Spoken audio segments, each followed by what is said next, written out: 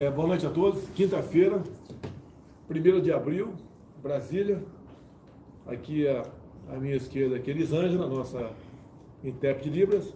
E à direita aqui o João Roma, um dos mais novos ministros da cidadania. Ele é pernambucano, radicado e eleito pela Bahia. Bem-vindo aqui, espero que venha mais vezes. Obrigado, presidente. Vai falar um pouco daqui a alguns momentos sobre o auxílio emergencial. E, obviamente, nós vamos aproveitar as perguntas do programa Pingo nos Is, no decorrer do programa, né, você responder. E na metade, mais ou menos, o João Roma nos deixa e entra aqui o Pedro da Caixa, porque o auxílio emergencial tem tudo a ver com a Caixa também. Rapidamente, não vou entrar em muitos detalhes, porque tem muita coisa para falar e temos uma coisa importante para falar, né? Então, vou deixar para os assuntos mais palpitantes para a gente conversar um pouquinho mais. Meu governo federal continua liberando recursos para leitos de UTIs. Então, em havendo a necessidade, o respectivo secretário de Saúde dos estados entra em contato com o Ministério da Saúde e o recurso é liberado. Então, as informações que estamos tendo pelo Brasil todo é que não tem faltado leite de UTI. Chega a 95%, 90%, mas não tem faltado leite de UTI. E se estiver faltando, está faltando planejamento por parte dos interessados, porque o governo não mede esforço para liberar recursos para leitos UTI. Nós também, eu li um pouco tempo atrás, é uma crítica enorme sobre seringas, que o governo se preparou e não ia ter seringa, ia faltar. Foi uma semana de pancada em cima do Pazuello e em cima de mim. Bem, estamos vacinando gente, né, e não se tem notícia de falta de seringas. Então é aquele imediatismo da mídia para tentar atacar a gente. A mesma coisa agora sobre os insumos para intubação. Foi um massacre em cima da gente, semana passada, mas o governo já vinha tomando providências e fechamos vários acordos para comprar, então, medicamentos para intubação. O número das vacinas, batemos hoje 34 milhões e 900 mil doses distribuídas e 18 milhões aplicadas. Então, tem uma diferença aí de 14, 16 milhões. Isso ou o Estado não aplicou todas as vacinas, ou aplicou e da ponta da linha para o Ministério da Saúde não chegou essa informação da quantidade das pessoas que receberam a vacina. A Anvisa aprovou o uso emergencial da vacina Janssen essa semana, e eu sempre disse, Romo, aqui, entre nós, Ministério da Saúde e a vacina, existia a Anvisa. A gente não pode ser irresponsável comprar algo que não tenha sido aprovado pela nossa Agência Nacional de Vigilância Sanitária. Alguns reclamam, né? Devia ter comprado o ano passado. Bem, se você compra e não são aprovadas, como é que ficaria essa questão? E falar o que da gente? Que nós havíamos feito um negócio não muito legal ou não legal e teríamos consequências, né, contra a gente. Agora, o Brasil é um dos 5 países, ou vamos falar entre os 10 países que, em valor absoluto ou número relativo, mais aplica a vacina no mundo. Estamos indo muito bem nessa questão. Pretendemos, ao longo dos próximos dias, aplicarmos 1 milhão de doses por dia no Brasil. Eu estive hoje à tarde, presidente, lá com o ministro Queiroga. Eu fui parabenizar ele por ter conseguido inserir na priorização os profissionais de segurança pública no Brasil inteiro, né, que estão nas ruas, né, cuidando da população. Então, além de parabenizar ele por isso, eu fui pedir também a priorização, né, de todos aqueles que trabalham no sistema SUAS, né, que é o pessoal de assistência, que trata dessa população vulnerável, essa população que está mais sofrendo, e o senhor já demonstrou sua preocupação, que tem passado fome no Brasil. Né? Então, esses profissionais que estão lá na ponta precisam também de priorização. Eu levei isso para o ministro Queiroga e aproveitei, Pedro, pedi também a ele que inserisse nessa priorização também os profissionais que trabalham nas lotéricas. Né? Esse pessoal das lotéricas, nesse período agora, presidente, nós vamos iniciar o pagamento do auxílio emergencial, muitas vezes, né, termina que presencialmente que o cidadão vai ali tirar uma dúvida, outra coisa, e eles estão, portanto, nesse fronte, né, prestando serviço, né,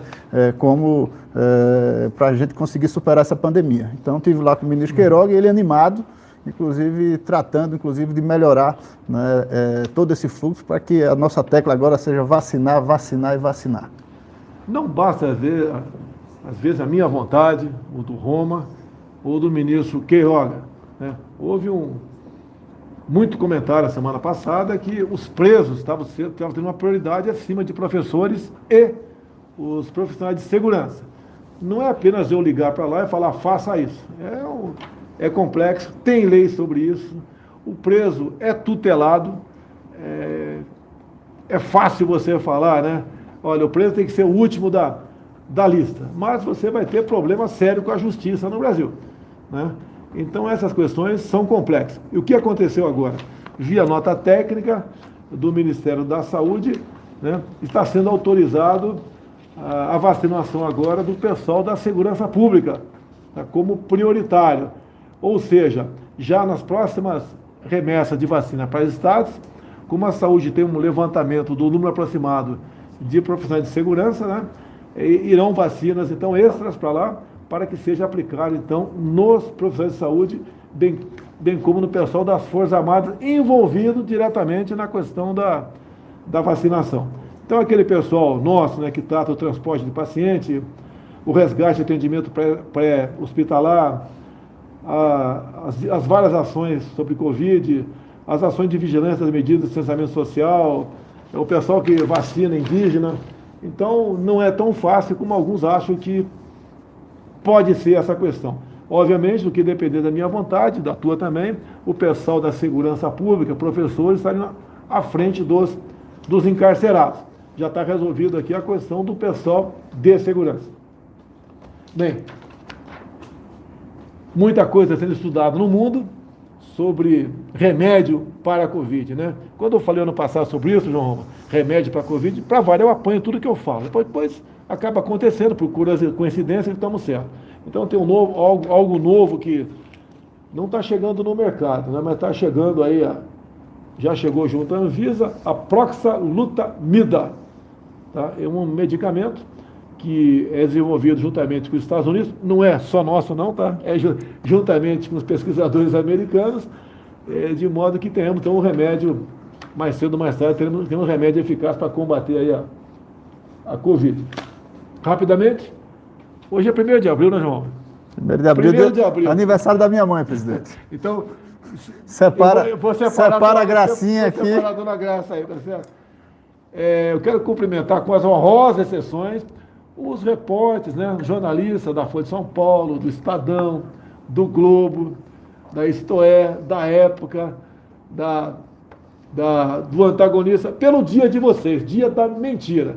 E tanto é verdade que vocês não têm, né, parte de vocês, deixar bem claro, não tem responsabilidade com a verdade, que olha só, matéria da própria Folha, lucro do Grupo Globo cai 78% em 2020. Matéria da Folha. Então cai o lucro. Importante o senhor falar, presidente, com as exceções, porque nós que defendemos a liberdade, sabemos que a imprensa é livre, né, existem bons profissionais, agora de fato alguns não honram realmente sua profissão e prestam de serviço. Então é muito importante colocar isso porque as pessoas editam, né, coisas que o senhor fala e fica apenas com a parte negativa.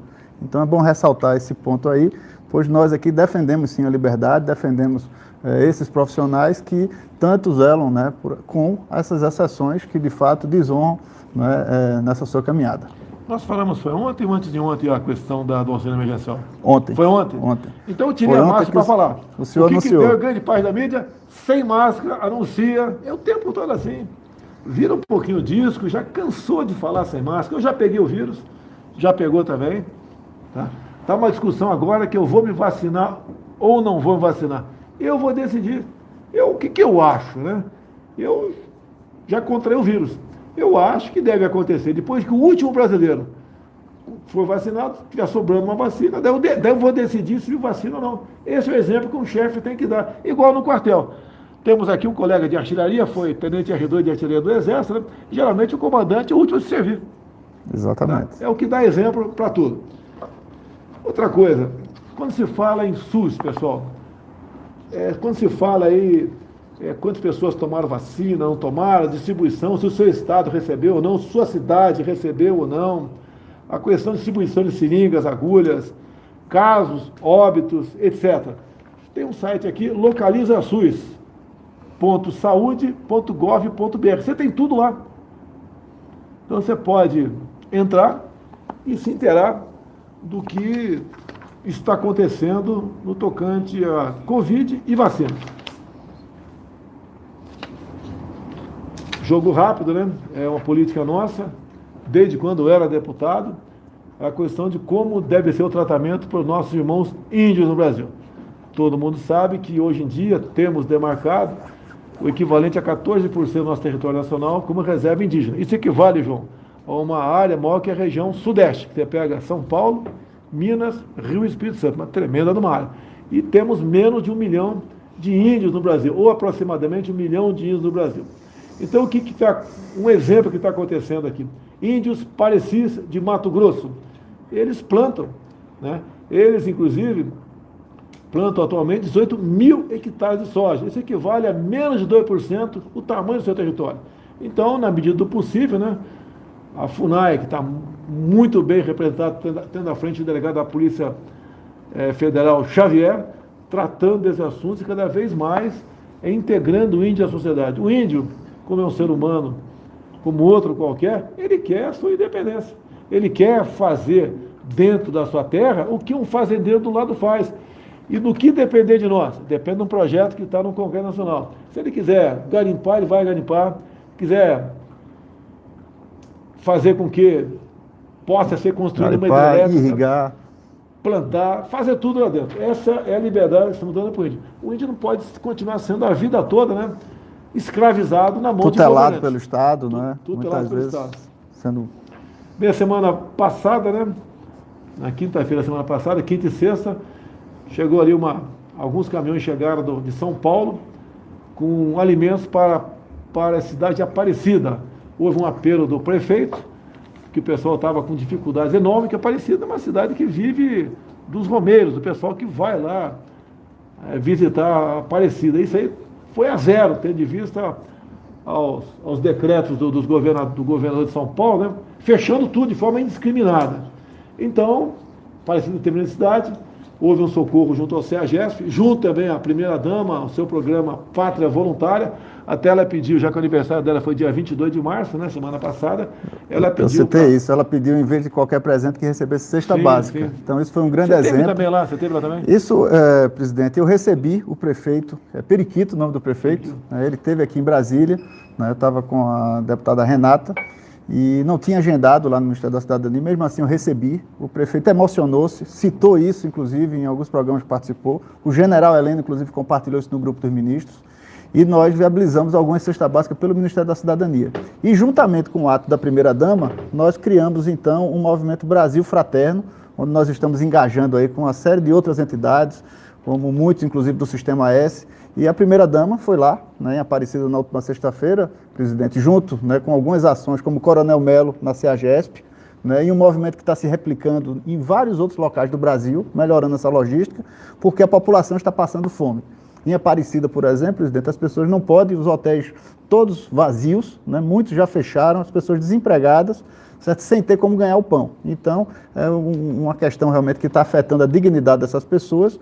Lá foram mais de 7 mil cestas básicas, né? Foi uma boa quantidade, mas muitos outros municípios estão em situação igualmente calamitosa. Teve um apelo na internet, eu esqueci o nome do município aqui, lá da Grande Fortaleza, falando da dificuldade. O Coronel Melo Araújo, que é o diretor-presidente do CEAGESP, tomou conhecimento disso, e essa madrugada, caminhões que estavam voltando de frete para a região, né, receberam, eu não sei, dezenas de toneladas de alimentos, estão levando para essa cidade. Alguém lembra o nome da cidade aí? O pessoal está desinformado aí, mas tudo bem.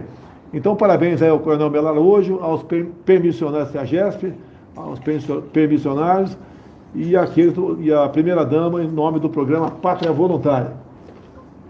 Curiosidade aqui, ó. Vamos fazer a primeira pergunta, Cícero, está em condições? Enquanto eu comento aqui, prepara a primeira pergunta aqui. Matéria do jornal Clarim de hoje. Tá? Ajuda aqui, João Roma, aqui eu não entendo. Em um ano, 3 milhões de pobres, mas agora chegam a 19 milhões. E outro, do jornal de hoje, La Nación.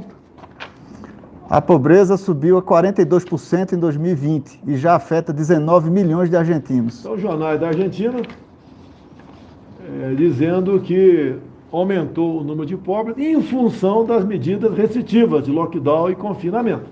O Brasil está indo no mesmo caminho. Eu não sei o que passa pela equipe lá de alguns governadores que mantém essa política de fechar tudo.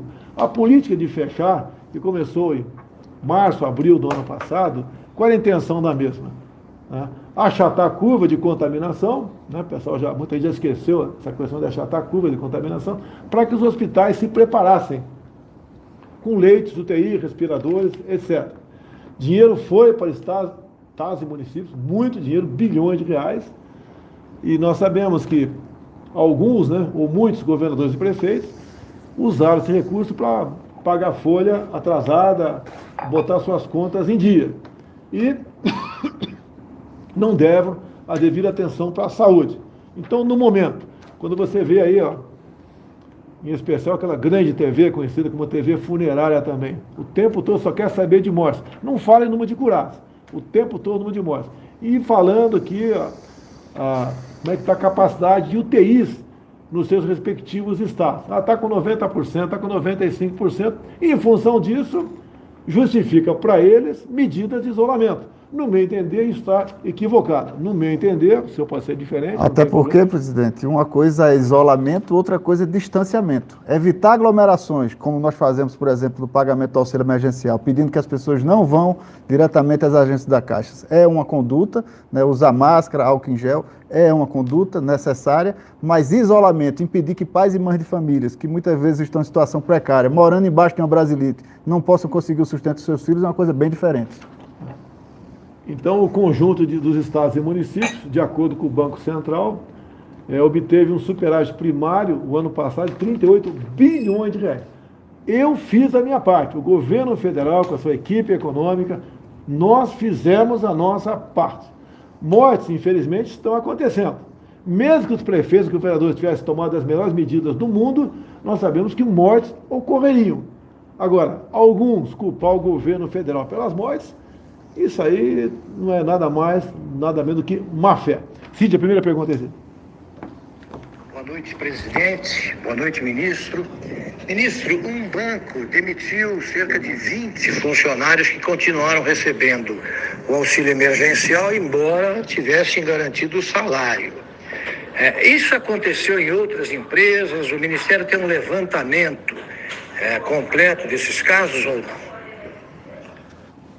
Ocorreram outros casos, sim, e muita coisa tem sido apurada. Muitas pessoas, aqui fica até o meu agradecimento, porque ao perceberem o recebimento indevido desse auxílio, devolveram de bom grado, presidente. Então, meus parabéns a esses cidadãos brasileiros que têm a consciência que existem brasileiros mais sofridos, que precisam, sim, desse apoio do governo, que está chegando mais uma vez com o auxílio emergencial.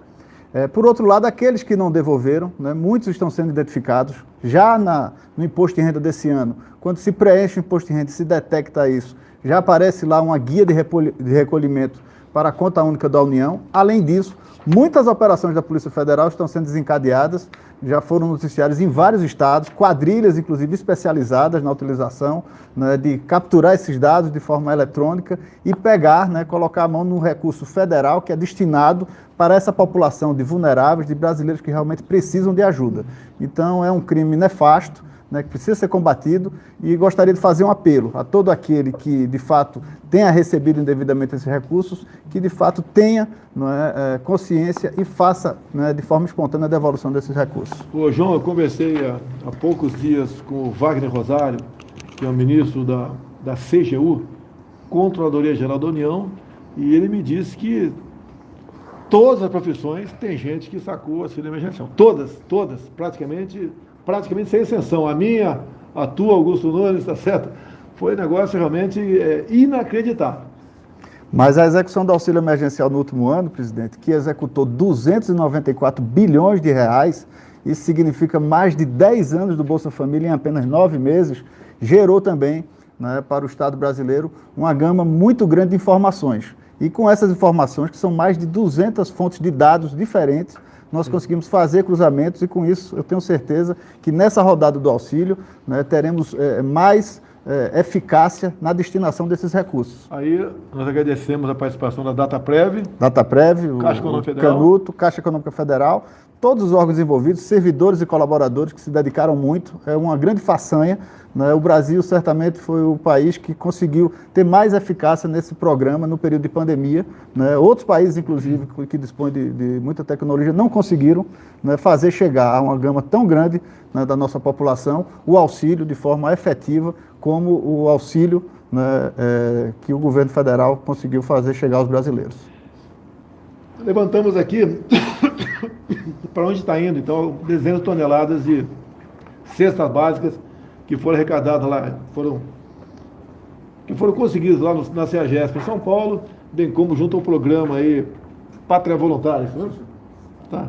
Então já saiu esse comboio, tem caminhões do Exército Brasileiro, tem caminhões de particulares, estão indo para a comunidade do Arisco, fica em Eusébio, no Ceará.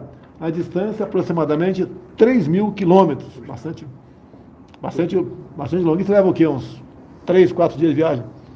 Se tiver motorista de sobressalente do lado ali, reserva ali. São 41 horas.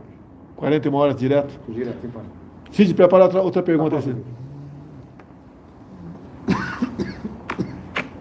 Salve, muito boa noite, presidente Jair Bolsonaro, boa noite, ministro João Roma. Olha, ministro, a minha pergunta é sobre as pessoas que estão sendo obrigadas a ficarem em casa e são pessoas que precisam trabalhar no dia a dia. Eu queria saber se é possível acudir essas pessoas, não só com esse auxílio emergencial, mas um específico para o que aconteceu na tragédia pessoal, ou seja, o impedimento de ganhar dinheiro. É possível definir, ministro, algum socorro especial a essas pessoas que não podem trabalhar, que têm profissão, que têm atividade, mas que estão sendo impedidos de trabalhar? Obrigado. Obrigado pela pergunta, Zé Maria. Sim, várias iniciativas estão sendo desenvolvidas pelo governo federal. No ano passado, muito já foi feito. Agora mesmo, no Ministério da Economia, se desenvolve o FAT do Bem, que são medidas que vão seguir diretamente a isso. Esse público que você falou, Zé Maria, são pessoas que já estão no mercado formalizado, não é exatamente o público ao qual o Ministério da Cidadania tem foco, que são os brasileiros vulneráveis, em situação mais delicada e muitos na informalidade, mas sem dúvida, medidas como, por exemplo, o amparo às empresas e a todo o setor de eventos, presidente, que tem sido muito prejudicado em todo o Brasil e certamente será um que ultimamente vai voltar às suas atividades depois da pandemia, né? Então, um setor muito afetado que envolve uma gama imensa de profissionais. Houve a mobilização, essa semana, inclusive, já teve a medida votada no Senado, segue para a Câmara e depois vem para a sanção, a apreciação e posterior sanção do presidente da República. Então, são várias medidas, Zé Maria, que atuam em relação a isso. Me perguntaram hoje de manhã também sobre aquele que, por exemplo, for demitido agora, né, nesse início de ano e que não estava no cadastro do auxílio emergencial. Esses estarão amparados pelo seguro-desemprego. Então, uma série de medidas, por isso foi tão importante a reunião que o presidente Jair Bolsonaro protagonizou na semana passada, chamando o chefe de todos os poderes, governadores, autoridades, seus ministros, para que haja uma cooperação entre todos os brasileiros e que possamos agir de forma sintonizada para superar as mazelas dessa pandemia. Então, olha só, eu vi um vídeo agora há pouco, eu acho que é do governador Wellington Dias, do Piauí, onde ele faz um apelo dramático que o governo federal não pode pagar R$250 a título de auxílio emergencial, tem que ser R$600, porque a pandemia não acabou. Bem, quem está acabando com o emprego é ele, o governador Wellington Dias, não somos nós aqui. Agora, deixar bem claro, serão mais 44 bilhões de reais que o governo está se endividando. Então, Wellington Dias, como tem matéria na imprensa aqui, que teu estado, né, todos os estados estão superavitários, você poderia criar um complemento ao auxílio emergencial. Nós estamos dando 250, você dá mais 350 e chega nos 600. A nossa proposta é por 4 meses. Você acha que tem que ficar até o final da pandemia? A partir, então, de agosto, setembro, você paga os 600 para o pessoal do teu estado, que você está tirando emprego das pessoas. Então, você tem que se responsabilizar. Não fazer um vídeo voltado para a demagogia culpando o governo federal. Nós demos bilhões para o seu estado, inclusive para equipar sua rede hospital, para comprar leite de UTI, para comprar respirador. E isso não foi feito. Então você faça a sua parte antes de criticar os outros. O que eu mais quero aqui é paz e harmonia com todos os governadores, sem exceção.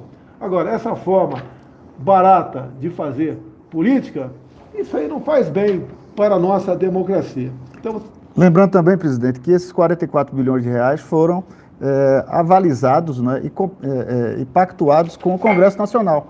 Foi o recurso que foi viabilizado, né, dentro de uma faceta onde a política social e a política econômica são duas faces da mesma moeda. Então isso, né, num momento como esse, onde o Brasil, enquanto nação, tem que superar essa pandemia, isso tem que ficar muito claro, porque nós temos que ter toda a responsabilidade fiscal, porque quando a economia não vai mal, não vai bem, isso também afeta aquela população mais pobre, aqueles mais vulneráveis. Né? Então, isso é um recurso que foi disponibilizado para o governo e, com base nisso, é que o senhor definiu o novo auxílio em 4 parcelas. Em dezembro, o auxílio foi de R$300 e agora R$250. Então, não foi uma diferença tão grande assim. Isso é acima da média do Bolsa Família. E lembrando que R$250 para uma população que está desassistida, passando muitas vezes fome dentro de casa, faz muita diferença. Eu adiciono para mais de 40 milhões de pessoas. Mais de 40 milhões de famílias, presidente. A gente sabe que o recurso é pequeno, sabe disso, ninguém está negando isso aí. Mas pelo volume de pessoas, em especial aqueles chamados de invisíveis, né? Os informais que perderam tudo, ajuda. A gente sabe que não é muito, é um quebra-galho, ajuda. Tá? É o que o governo pode fazer. Nós não podemos desequilibrar a nossa economia. Caso contrário, os efeitos desse desajuste da economia serão muito mais danosos. Vem inflação atrás disso, como está vendo a inflação. Inflação, carestia. Nós sabemos que a inflação da cesta básica foi maior do que, bem maior do que a inflação normal do ano passado. Agora isso vem de consequência. Consequência do quê? Muitos diziam, né? Fique em casa, a economia a gente vê depois. Vocês estão vendo a economia agora. Então essas pessoas que apoiaram Fique em casa, a economia a gente vê depois, são, em parte, né, responsáveis pelo que está acontecendo no Brasil. Nós sempre nos preocupamos com vidas, mas sempre disse, e continuo dizendo, que o vírus e desemprego, nós devemos atacá-los.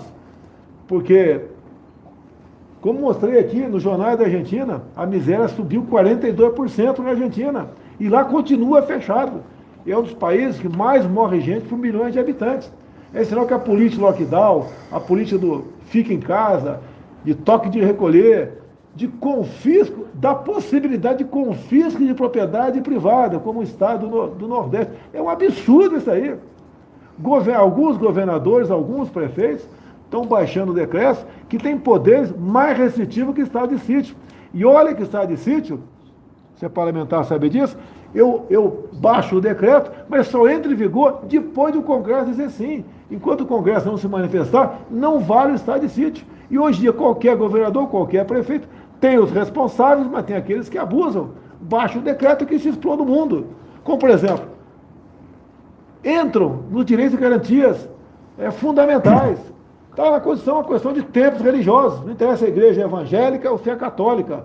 A liberdade de culto é sagrada, está lá na causa pétrea da nossa Constituição, não tem que mexer nisso. O direito de viver também é sagrado. Agora, é inadmissível o que vem acontecendo. Então, é difícil falar, né?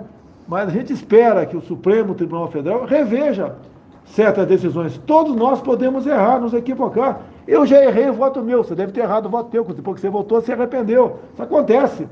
Agora, esse excesso de poder, o poder absoluto, mais que está de sítio, para governadores e prefeitos, isso realmente não dá para a gente admitir.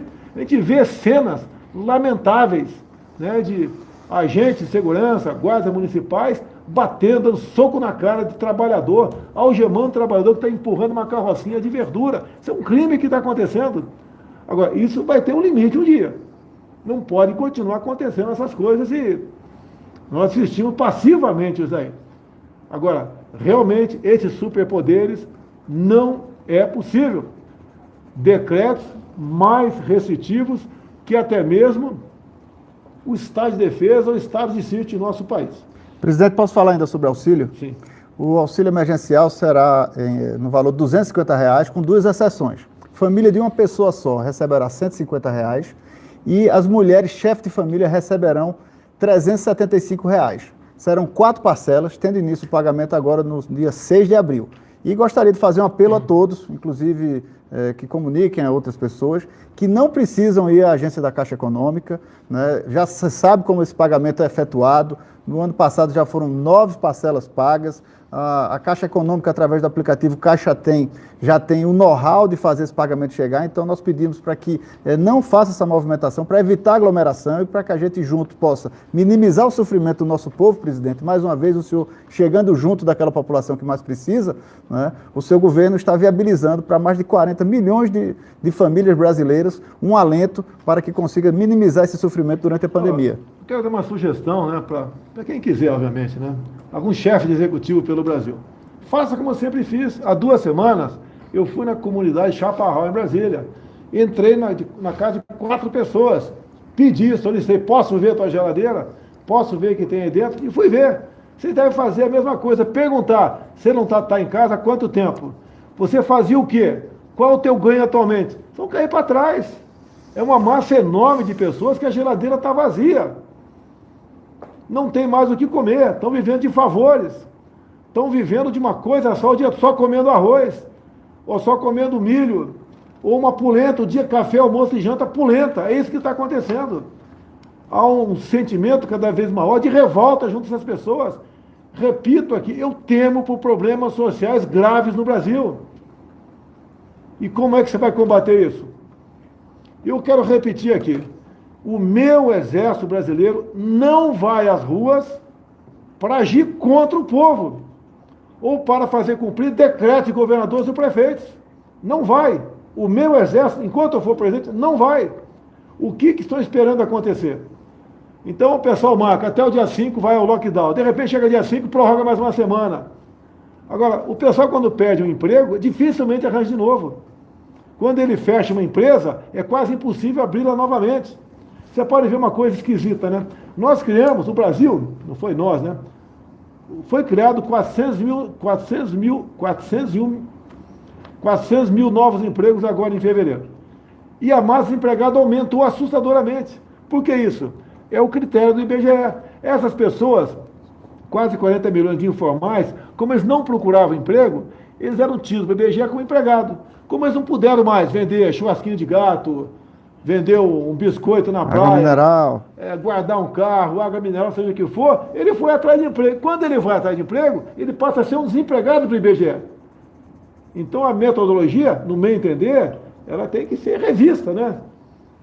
Se as pessoas assim entenderem, né? As pessoas do governo, de fora do governo, assim entenderem, porque é um dado falso, mentiroso, que você pode ver, quanto mais se cria emprego, mais aumenta os empregos no Brasil. Outra coisa bastante aqui, que não se fala mais, que passou a ser crime no Brasil, né? Tratamento precoce. Passou a ser crime. Você tem que ir para casa, seguir o protocolo Mandetta. Vai para casa, quando sentir falta de ar, vai para o hospital para ser entubado. Então o Conselho Federal de Medicina está lançando uma campanha, e como tem uma aceitação muito grande na nossa live aqui, eu não pedi autorização para o Conselho Federal de Medicina, mas como é público, eu vou divulgar. Até em função do quê?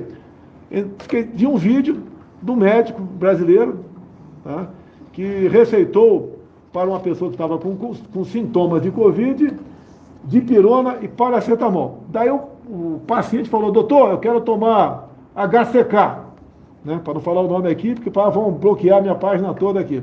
Ou outro medicamento qualquer. Daí ele falou, isso não tem protocolo para isso, não é recomendável, e não tem nenhuma comprovação científica. Daí ele falou, mas doutor, onde está escrito que dipirona e paracetamol é o remédio para a Covid? O médico ficou sem solução, sem resposta. Então vamos lá. Conselho Federal de Medicina, não sei ou não. CFM ressalta, o médico brasileiro sabe como tratar a Covid. O Conselho Federal de Medicina respeita a autonomia do médico. É aquela questão do off-label, o médico na ponta da linha, como não tem o remédio específico ainda, ele pode, em comum acordo com o paciente, com a família do médico, receitar aquilo que ele achar melhor. Procure o médico em caso de sintomas gripais. Ou seja, ele pode estar com Covid e achar que é uma gripe como outra qualquer. Então o Conselho Federal de Medicina de forma bastante inteligente e preocupada com a vida do ser humano, né, manda procurar um médico. O médico ali pode rapidamente, né, quase ter a certeza, né, ou através de um teste, ter a certeza que é Covid e vai aplicar o tratamento conveniente a essa pessoa. Mais do CFM. O paciente com sintomas gripais deve ser acompanhado pelo médico de forma precoce. Não é como o Mandetta dizia, o candidato da Globo dizia, né? Depois que tiver falta de ar, aí complica. O médico brasileiro tem autonomia, junto com o seu paciente, para decidir o melhor tratamento e ponto final. Mais do CFM. CFM ressalta: o médico brasileiro é competente, respeitem a sua autonomia. Em falar em médico competente, quero me dirigir aos médicos aqui agora. Quando o Mandetta era ministro, foi votado um projeto no parlamento onde permitia às universidades particulares aplicar a prova de revalida. Foi aprovado pelo Congresso e depois chegou na minha mesa, estava lá presente o Mandetta e mais gente do CFM, AMB, todo mundo lá. E era para eu sancionar o projeto como um todo. E eu tinha tomado conhecimento disso, fui alertado pela SAGE, né, que é um órgão de assessoria jurídica para mim lá, sobre aquele dispositivo. E falaram para mim, se sancionar isso aí, hoje em dia as públicas fazem o prova de revalida. As particulares também. Tem boas particulares e respeitáveis? Sim. Mas tem também aquelas que é só de fachada. Essa de fachada poderá, simplesmente, de acordo com outros interesses, né, revalidar todo mundo. E dali, eu perguntei para o pessoal ali, né, sanciona ou veto? O Mandetta falou, sanciona. Os outros ficaram em silêncio. Quando ficaram em silêncio, eu questionei. Abri o jogo, é isso? Daí falaram, realmente vai ser o revalida quase que automático, né? Ou de acordo com outro critério qualquer, todo mundo vai ter o diploma de revalida. Eu vetei o projeto, voltou para a Câmara e tinha que ter 257 votos para derrubar meu voto. O Mandetta conseguiu 253. Então, por 4 votos, não se transformou aqui o Brasil como paraíso daqueles que fazem o curso em outros países para conseguir o revalida. O revalida continua, com o meu governo, voltou a ser aplicado. E a prova é difícil? Para mim é impossível passar numa prova dessa. Mas para quem fez uma boa faculdade lá fora, pode passar no revalida aqui dentro. Então, o Conselho Federal da Medicina, nessa última que eu mostrei aqui, né, o médico brasileiro é competente. E quem fez a revalida e foi aprovado também é competente. A última aqui, do CFM, tem mais, né? CFM recomenda: busque avaliação médica logo no início dos sintomas relacionados com a Covid-19. Então está dando toda a dica aqui. Você passou mal, vai no médico. Se você achar que aquele médico lá vai te receitar paracetamol, aí eu não sou médico, mas paracetamol não é para Covid. Procure outro médico. Agora, muita gente no Brasil faz o tratamento precoce, tá? Ou faz o preventivo também. Tem mais pergunta para o... Presidente, posso fazer um agradecimento em nome do povo baiano? Pode fazer. O Pedro senta aqui. Pedro, o seu governo, presidente, através do nosso querido ministro Tarcísio, liberou mais um trecho duplicado da BR-116, que vai da nossa querida cidade de Santanópolis, né, passando por Santa Bárbara. Santa Bárbara, o nome da santa, padroeira da artilharia, sim. Não é? Mas a cidade também que tem um excelente requeijão. Tarcísio recebeu o requeijão. Eu quero fazer um apelo, né, para o meu amigo Adi França, prefeito de Santa Bárbara, Jacó, vice-prefeito, a turma toda lá, que tem que viabilizar também o requeijão presidente Bolsonaro. Não é? E já estamos aí dando sequência para chegar com essa duplicação até a cidade de Serrinha. Né? O prefeito Adriano esteve aqui conosco essa semana. Então, isso é um adiante vida muito grande, presidente, né, para toda aquela população. Isso atinge também a todas as pessoas que passam um problema muito grave lá, a questão do rodoanel de Feira de Santana, né, a rotatória de Feira, que retém, né, e isso atrapalha muito a vida dos baianos. Então, o seu governo, rapidamente, através do ministro Tarcísio, conseguiu fazer esse avanço dentro da BR-116, o que é muito positivo para todos os baianos. Eu queria lhe fazer esse agradecimento. Não, vamos lá, pessoal. São muitos recados que vêm. Estava previsto sua ida, né? Até o prefeito de Feira, Colbert Martins, que foi deputado junto com o senhor, estava ansioso lá querendo receber sua visita. Feira é a maior cidade do interior do Nordeste brasileiro, e agrega uma quantidade muito grande de pessoas. Curiosidade, é perto de Jacobina ou não? Não, Jacobina já fica na Chapada, certo? Mas vamos lá também. Jacobina é uma cidade muito charmosa, certo? Encantadora e merece a visita do presidente Bolsonaro. Curiosidade, nos anos 80, eu vi na televisão, né? Nova Serra Pelada na Bahia. Cidade de saúde, próximo de Jacobina. Peguei mais 5 PQD comigo e fomos para lá, que meu pai foi garimpeiro, né? Fiquei 4 dias no garimpo. Não achei nada. Se tivesse achado, estaria até hoje lá. Teria pego um eito para mim, né? Um eito de terra. Essa cidade, onde, se Deus quiser, vai chegar a duplicação da BR, presidente, a cidade de Serrinha, tinha lá também mina de ouro. Nossa, o Brasil então, é muito rico. A Bahia tem um potencial mineral gigantesco, e vamos avançar, inclusive, com a questão do licenciamento, para cada vez mais a gente possa fazer isso. A FIOL também vai ser uma mão na roda para que a gente possa ampliar a nossa produção. É uma pena essa pandemia acontecer, né? Além das mortes que a gente lamenta, obviamente, mas além do planejamento, final de 2019, tu estava acompanhando a gente, o Brasil estava voando, né? Na economia, obras, muita coisa, e a pandemia vindo atrasou e muito a gente. O nosso sonho de avançar na questão do nióbio, no grafeno, da dessalinização de água, a questão da tabela de imposto de renda, a gente queria mexer também, muita coisa ficou para trás. E a gente lamenta que esse endividamento nosso, em mais de 700 bilhões de reais, vai ter repercussão negativa por muito tempo, não só para nós, mas com as futuras gerações também.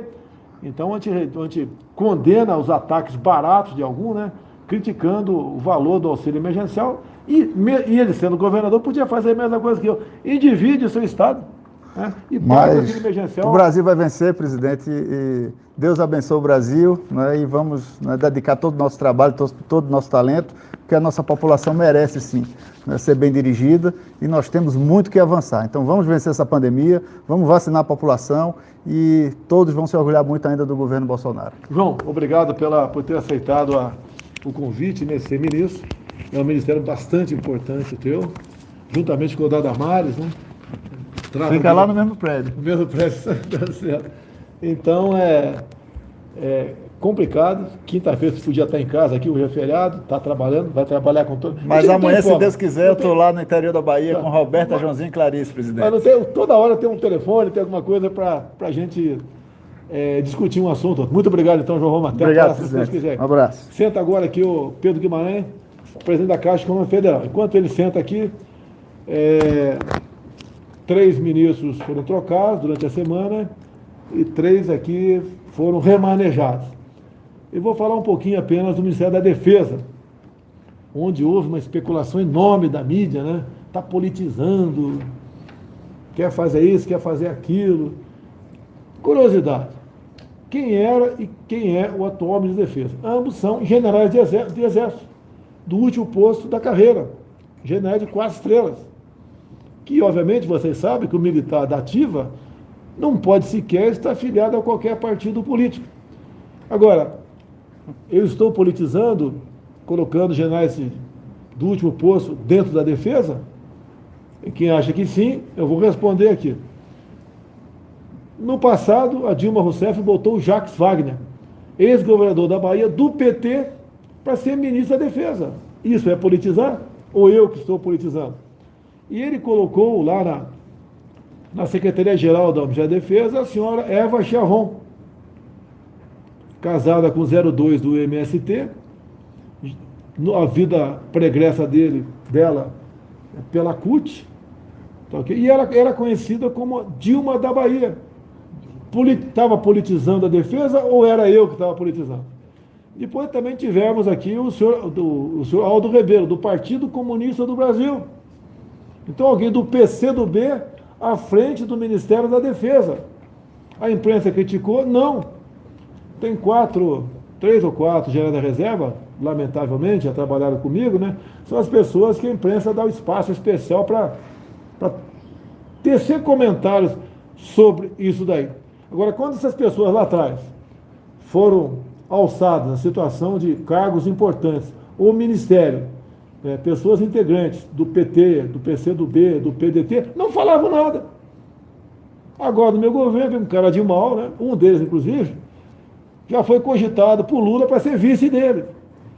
E quando a imprensa mostra, né, 3 ou 4 generais falando isso, deixa transparecer para aqueles que não têm conhecimento das coisas, como se eles representassem aí tivesse uma associação de generais ou de militares. Não existe. É a opinião pessoal deles. Agora, o que é lamentável? Quando estava sendo aparelhado, não só a figura mais importante, com gente do PT, PCdoB, PSOL, não falava nada. Agora, quando a gente bota um general lá, né, todos os dois de conduta ilibada, como são todos. No nosso meio, quando alguém pisa na bola, né, comete algum deslize, as providências são tomadas. O Aldo Rebelo, inclusive, né, botou a Perpétua Almeida do PCdoB como na Secretaria de Produtos de Defesa, uma das secretarias mais importantes lá. Ninguém falou nada. Assim como a Secretaria-Geral era com a Eva Chiavon no Jacques Wagner. O José Genuíno também foi assessor especial do ministro Nelson Jobim. José Genuíno do Araguaia. Não falaram nada. Esses 3 ou 4 nunca falaram nada a respeito disso. Assim como tivemos o Valdir Pires, já falecido, ministro da Defesa. Tivemos o Celso Amorim, que, pelo que me consta aqui, em dados da mídia, já foi filiado ao PT. Inclusive, não vou entrar em detalhes, mas teve um fato, né, bastante tenebroso do senhor Celso Amorim na Venezuela, do tempo do Hugo Chávez. Ele estava com o avião da Força Aérea, vindo de Cuba, fazendo escala lá para vir para o Brasil. Houve um problema no aeroporto, gravíssimo lá, desentendimento entre a equipe do Chávez e a equipe do Lula. Quem está politizando as Forças Armadas? Não sou eu. E o que eu posso falar do general Braga Neto? Né? Ele, se eu não me engano, ficou por 45 anos no Exército, né? Lá na ativa, no Rio de Janeiro, foi lá o chefe da intervenção no Rio de Janeiro, fez um excelente trabalho, reequipou a polícia militar, os demais órgãos de segurança. É uma pessoa que realmente fez um excelente trabalho lá, é uma pessoa de combate, é um general da linha de frente, de combate. Estava na Casa Civil, estava fazendo um excelente trabalho comigo, e daí, por decisão do presidente, né, foi convidado por mim, coisa rápida, ele me conhecia, eu conhecia ele, e só nós sabemos basicamente o motivo disso tudo, e morreu aqui essa história, não tem que discutir nada, e foi para a defesa. E o que é natural na defesa? Tá? Os atuais comandantes, que não tenho nada também, só tenho a agradecer os 3 comandantes de força, o da Marinha, o Almirante Wilkes, o do Exército, o Léo Pujol da minha turma, e o Bermúdez, né, Tenente Brigadeiro do Ar, agradecer o trabalho deles, foram excepcionais para comigo ao longo desses 2 anos e 2 meses. Né? E como eles são mais antigos do que o Pujol, é natural. Quem comanda, o comandante geralmente é o mais antigo. Então, ele, sendo o mais antigo, resolveu apresentar 3 nomes de futuros chefes da defesa, chefes de força, mais moderno do que ele, e toca a vida. E eu sempre falei para todos os meus ministros, todos, sem exceção, né? Onde é o nosso jogo? Nosso jogo é dentro das 4 linhas da Constituição. Nós não vamos sair desse retângulo, né, ou desse quadrado, e também devemos nos preocupar com quem está jogando fora desse quadrado, que está agindo de forma errada. E alguma providência, né, legal tem que ser tomada contra quem está agindo fora dessas linhas. Estou errado? Onde vocês viram ou ouviram, né, uma só ação minha, um ato que visasse aí, temos aqui algo fora da Constituição, um arrobo de autoritarismo, vamos fechar isso, vamos censurar aquilo. Nada, nunca tiveram nada a meu respeito. Agora tem um montão sobre governos anteriores, em especial do PT. Vejam a análise da conjuntura de 2014. O PT realizou na Bahia um encontro e botou no papel. Veja o que aconteceu com a senhora Dilma Rousseff em 2014 em Quito, no Equador. As medidas propostas por ela, juntamente com o Foro de São Paulo. É só estar na internet e são precisas informações. Lá na Bahia, onde erramos. Lá, claro, erramos em não modificar os currículos militares. Ou seja, colocar o relatório da Comissão Nacional da Verdade nos currículos militares. Como se você pudesse acreditar que o PT tivesse algum compromisso com a verdade. Eu te recomendo até, eu dei em 34 segundos a definição da Comissão da Verdade numa sessão voltada para as Forças Armadas na Câmara dos Deputados. É só você buscar no YouTube, né? Bota lá a sessão militar, Comissão da Verdade, Dilma, Bolsonaro. Tu vai ver o que é a definição da verdade em 34, a definição de Comissão da Verdade em 34 segundos. Ontem, como eu não vi nada na mídia, eu falei sobre o 31 de março. Por que não publicou ninguém? Por que ninguém deu pancada em mim? Por que a grande mídia não bateu em mim? Porque foi simples o que eu falei. O que a esquerda sempre diz? Transparência, democracia, liberdade, tudo que eles detestam. E eu fui bem claro. Em 2013, o Congresso Nacional anulou a sessão de 2 de abril de 64, que cassou o João Goulart. Eu vou repetir. 2 linhas. Em 2013, o Congresso Nacional, via projeto de decreto legislativo, né, anulou a sessão de 2 de abril de 64, que cassou João Goulart. Embaixo eu escrevi o quê? Os democratas, de verdade, né, não apagam fotos ou fatos. É só você procurar um pouquinho na história. Quem era o grande líder de esquerda que apagava fotos, fotografias? Naquele tempo não tinha, praticamente não existia vídeo, né? Eram fotografias, apagava fotografias. O que foi feito em 2013? Apagou-se fatos. Eu consegui uma cópia do Diário do Congresso, 2 de abril de 64. Lá não existe mais. Foi incinerado, sumiu. Que a sessão de 2013 apagou aquilo. Apagaram por quê, meu Deus do céu? Querem reescrever a história, é igual ao meu caso com a senhora Mira Leitão, em 2018, na Globo News. Quando eu falei para ela, né, pintou a oportunidade, eu falei, né, quero ler aqui, ler não, né, que eu decorei, o primeiro parágrafo do publicado em 7 de outubro de 87, na capa do Globo, dito Julgamento da Revolução, onde o Roberto Marinho começa falando: participamos da Revolução Democrática, e fui embora. E eu termino. Roberto Marinho foi um democrata ou um ditador? Daí ela psicografada, os maiores vexames da imprensa brasileira, os maiores ridículos da imprensa, ela criptografada, o jornal, o governo, os seus filhos fizeram a revisão da história. 10 anos depois que o velho senhor Roberto Marinho faleceu, 10 anos depois, o jornal resolve reescrever a história. Se ele tivesse vivo, ele podia até falar: olha, me equivoquei, me enganei, aconteceu isso, aquilo. 10 anos depois. Violentaram a memória do senhor Roberto Marinho, goste ou não dele, violentaram a memória dele. E hoje em dia você vê, né? Desde antes das eleições, 2 anos, 2 meses, não tem dia que eu e minha família não apanhe do sistema Globo de televisão e jornal, não tem dia. É uma perseguição enorme em cima da gente.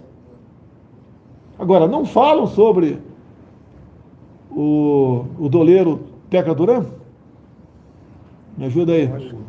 Em delação premiada, falou que a família Marinho, ao longo de pouco mais de 10 anos, né, recebeu lá no estacionamento lá do Jardim Botânico do Rio mais de R$1 bilhão de propina. Não toca no assunto. Dário Messer, não é Teca Duran não. O Teca Duran, o doleiro. Dário Messer, mais de R$1 bilhão entregue para a família Marinho, segundo o delator, lá no estacionamento. da TV Globo no Jardim Botânico. Esses são vocês, Rede Globo. Não tenham medo de mim, não. Não vou perseguir vocês. Mas vocês têm que estar em dia com suas obrigações para vocês continuarem operando no Brasil, assim como qualquer outra imprensa no Brasil. Não vai ter jeitinho. Assim será com qualquer órgão de imprensa no Brasil. Agora, essa perseguição a troco de quê? Em causa própria, ataco minha família toda, quem está do meu lado, parentes, amigos, o tempo todo, como se fossem os donos da verdade. Mas tudo bem. Eu acredito, estou vivo, fui eleito, estou aqui até hoje, graças a ele, coisa que parece que vocês não têm Deus no coração. Pedro, uma coisa aí, Pedro. Bem rápido, Pedro, está acabando nosso tempo aqui. Presidente, nós emprestamos, já negociamos 6 bilhões de reais para as Santas Casas, uma medida que nós tínhamos falado há 2 semanas atrás. O potencial é de 189 mil leitos. Segundo ponto, apesar da gente ter o maior banco digital do Brasil, com 107 milhões de CPFs, nós abrimos durante os últimos 10 dias em São Paulo, na cidade, porque estávamos pagando o Bolsa Família e temos centenas de milhares de pessoas que, se nós não tivéssemos pago desde a sexta-feira passada, não teriam nada para receber durante 10 dias. Então, a Caixa Econômica, ela faz tanto pagamento digital, mas é o banco que está contratando pessoas, contratamos 7.700 e abrindo agências, 76 agências por enquanto. Então, a Caixa, o banco de todos os brasileiros, contrata, abre agência e paga aquelas pessoas que às vezes não têm celular. Estava indo para o encerramento aqui, quando se fala em Santa Casa, eu fui vizinho por muitos anos do ex-deputado Toninho Pinheiro, de Minas Gerais. Atualmente, no lugar dele entrou o Pinheirinho. Então, essas propostas, inclusive, sobre Caixa Econômica, que eles trazem para mim, eu levo para o Pedro, para as outras autoridades e buscamos soluções para a mesa. Facebook, YouTube e Instagram juntos, temos na ordem de 80 mil pessoas, né? Pico nos está ganhando da gente, 97 mil. Foco no Brasil 2, Folha Política 4, Jovem Pan News 24. Total um pouco mais de 200 mil pessoas, só que a gente acredita que 400 mil pessoas estejam nos ouvindo no Brasil. Agradecer aqui o Lisboa. Bota a cara aqui atrás, Lisboa, rapidinho aqui. A tua cara feia aqui atrás. Aqui. A Lisboa, eu encontrei aqui, estava no cercadinho. Trouxe aqui para ver a nossa live, assistir. Invadir a live, hein? Qual é o nome do teu blog aí? Como é que é o teu blog aí? O vlog do Lisboa, tá? E você que tá desse lado, fique numa boa. Hoje não tem beijinho hétero aqui, tá, Jorge? Que não, hein? Pessoal, ok? Um abraço. Obrigado, hein? Muito obrigado, Augusto Nunes, sua equipe. Muito obrigado por estar nos acompanhando. Até quinta-feira que vem, se Deus quiser. Bota todo mundo aí no Pingo nos Is.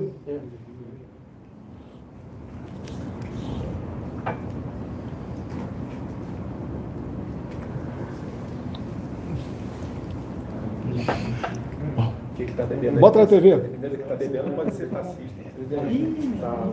Tá ainda no ar ainda? Bota na Jovem Pan aí, pô. Bora aí. Fica aqui o...